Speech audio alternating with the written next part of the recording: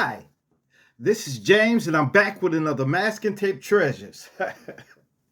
Make sure you like, subscribe, and leave me a comment if you like. And look, add to my Cash App, so I can get more materials, so I can better perform these Masking Tape Treasures for you. Okay? All right. Today, we're going to be talking about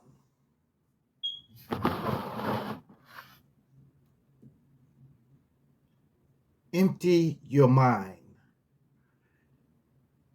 Be formless, shapeless, like water. Now, you can put water into a cup, it becomes the cup. If you put water into a bottle, it becomes the bottle. If you put water into a teapot, it becomes the teapot. Now, water can flow and water can crash. Be water, my friend.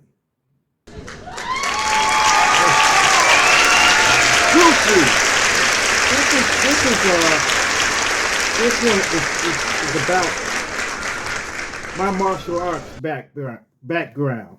Okay. Now it started a long time ago, back in the 70s. Me and my cousin Joe and my cousin Rick, we went to a movie. I was just a shouty then. I was a shouty. I was real young. But I still remember this vividly. We decided to go to a movie. My uncle took us to a movie, okay? So we all got together and we went to see a movie. And it happened to be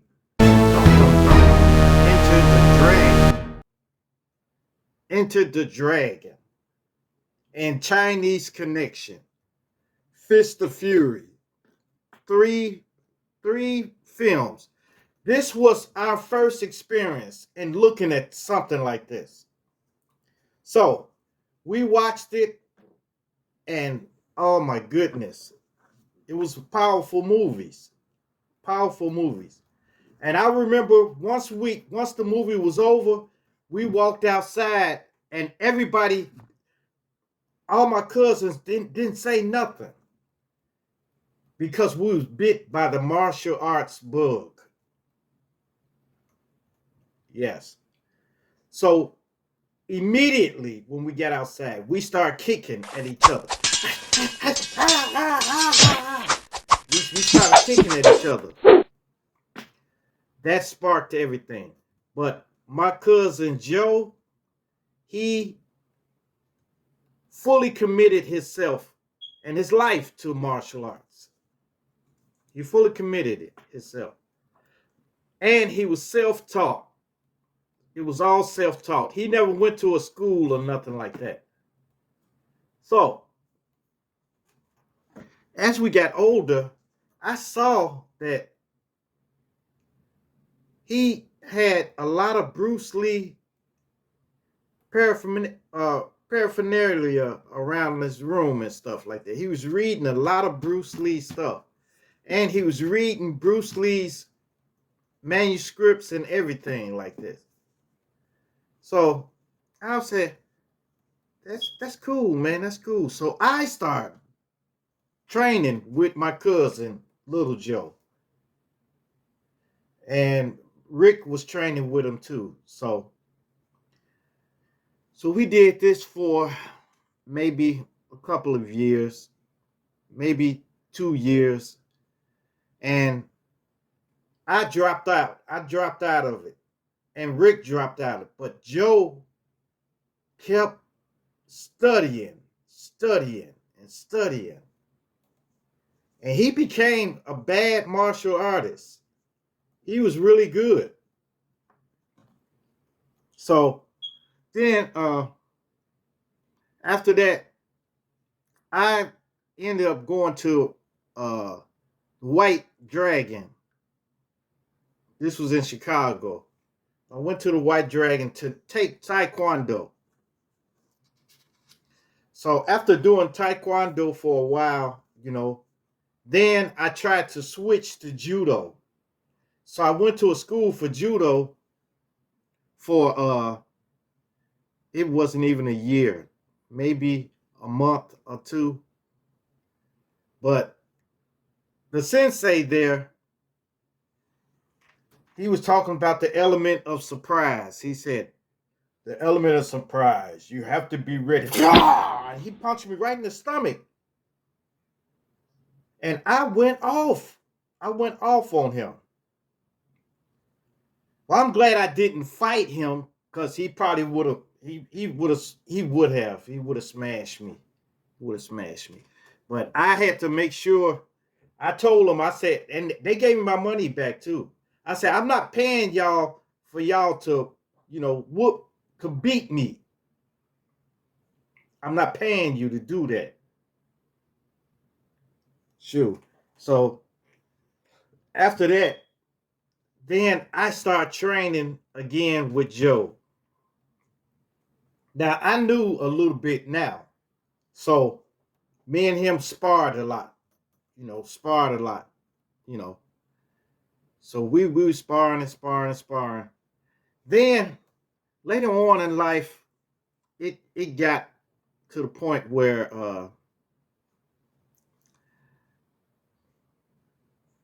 uh people start not fighting no more. They didn't fight anymore. I had a chance I used my martial arts before in a fight, okay? But I didn't let the person know that I knew martial arts, okay? But it was quick. It was real quick. Pop, pop, pop, a couple of kicks and that's it.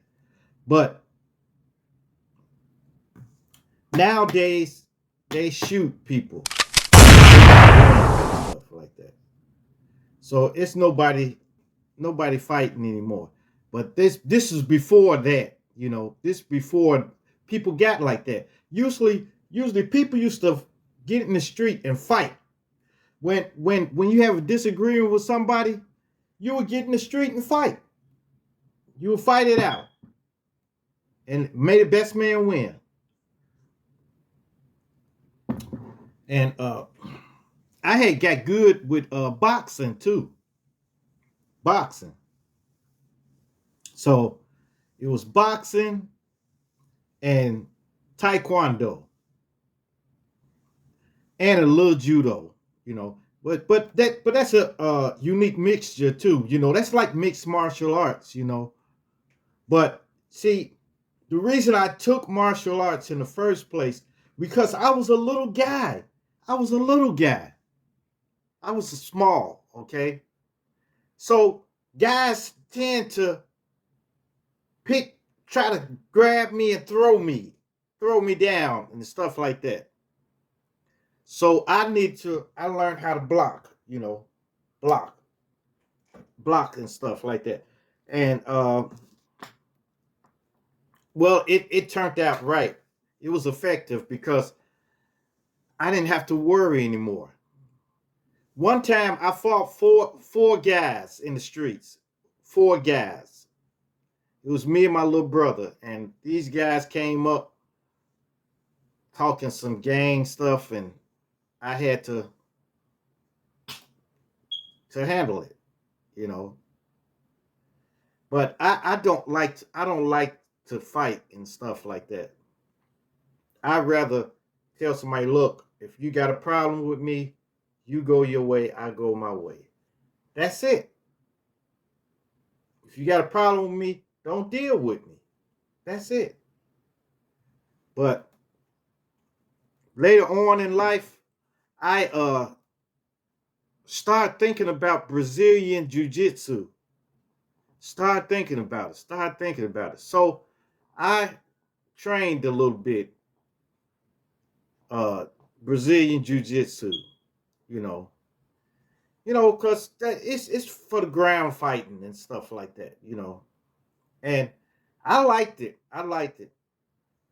Except, they training is grueling, but you got to make it through, you know. So I studied Brazilian Jiu-Jitsu for about 6 months. About 6 months. And I liked it. I did. Then my nephew was coming up too. So I started training him too. And my nephew is pretty good in martial arts too. He's good now, you know. But when he was a shouty, I was really training them. I was really putting it on them, you know. And I let them kick me any way they wanted to. And I blocked every, like they kicks and stuff like that. But they learned, and him and my son and stuff like that, they learned how to, you know, try to penetrate that, you know. So yeah, after that, after the jujitsu, I stopped. Then I stopped. But I still train. I still do Tai Chi Chuan, you know. So I do Tai Chi just to relax and stuff like that. But I don't do all of that, martial arts anymore because people don't fight anymore. They don't fight anymore. They shoot. They shoot. Now, there may be a chance you can fight somebody, you know, because they think they bigger than you or something like that. You may can fight them, but believe me, if you win, they're coming back. They're never going to take theirs like a man. They're going to come back, and then they're going to shoot you. They're going to have a gun with them, you know. So the best thing you can do is just diffuse the situation. Do verbal jujitsu. Verbal jujitsu. Like, tell somebody, hey, look, why do you want to fight? Why do you want to fight me? Go ahead. Go ahead. Go on your way and I go my way. If they say, oh, man, you go your way. I say, okay, yes, I will do that. Okay? Have a nice day. And I walk away. And I never have to encounter them. They don't live with me. They don't live in my vicinity or nothing like that. So that's it. And I won't worry about it no more. I won't have nothing to worry about. But Joe, he became good with martial arts. Very good. Matter of fact, he was excellent. He was he was actually he was a good artist too. A very good artist. Except he would never show his art to nobody. Nobody. He would never show his art to nobody. And that's what puzzled me. He would show it to us and stuff like that. But out in the public, if he would have showed his art to people out in the public, he probably could have been making goo gobs of money. That's how good he was. Free-handed, self-taught. Just like my art is self-taught. I taught myself how to do it. I sketch too. I sketch. I mold with clay. And I paint. I oil paint and I paint with acrylic paint. Self-taught. I guess it's in my genes or something. Because I'm telling you, my cousins were excellent. All of them were excellent. It was nothing but boys in the family. Well, it was a girl, one girl, and about five boys. They were all excellent artists in their own right. Like some of them did certain art. Like my cousin Pancho would do art. His art looked realistic. Okay. Joe, he would do art. His art was mostly Bruce Lee fighting, martial arts characters and stuff like that. He was excellent. Excellent. You couldn't tell. And my cousin Rick was mostly into like drawing cartoons and stuff like that. He was real good with that.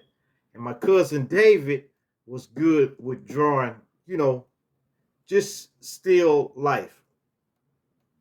He was good. And I think my cousin Vicky, I don't think she drew, but I'm sure she did draw because they were all talented. They were all talented. So I think I got it from them. Really, I did get it from them because I used to envy them. I used to follow them around and try to learn how to do art and stuff like that. But Joe told me one time, he said, I can't teach you art. It's got to come from within you. And that was true. That was true. Now, if I would have went to school for it and stuff, maybe I could have drew some stuff. But then I'd be following a script from other people. Now I follow my own script. I follow my script, how to draw stuff, how to make shadows, how to make depth and stuff like that. I've done that, you know. Yeah. Be water, my friend. Be water. Yeah, Bruce Lee, man, that was some good stuff back in the day. And I was just a shouty too. But I'm telling you, that put a major impact on me. Because I remember how I was feeling when I came out of the movies. We were like zombies coming out. We were like, and then we looked at each other and said, "Wah!" and start fighting, you know. And that was the start of it. Yep, but look, if you can, it's nothing wrong with learning some self-defense. Learning a little, not going overboard with it, but learning self-defense because it could be a situation when somebody grab you or somebody come and approach you or something like that. You may have to use it and sharpen up your verbal jujitsu. That's very important. Verbal jujitsu, talking somebody down. That is good. Okay. All right. Well, that's it, folks. Make sure you like, subscribe, and leave me a comment if you like. And hit that bell notification. Hit that bell notification so that you know every time I drop another video. And share, share, share. Share my videos so everyone can get this experience. All right. And Cash App. Bless my Cash App. with $1, $2, $5. All right. Peace. Adios.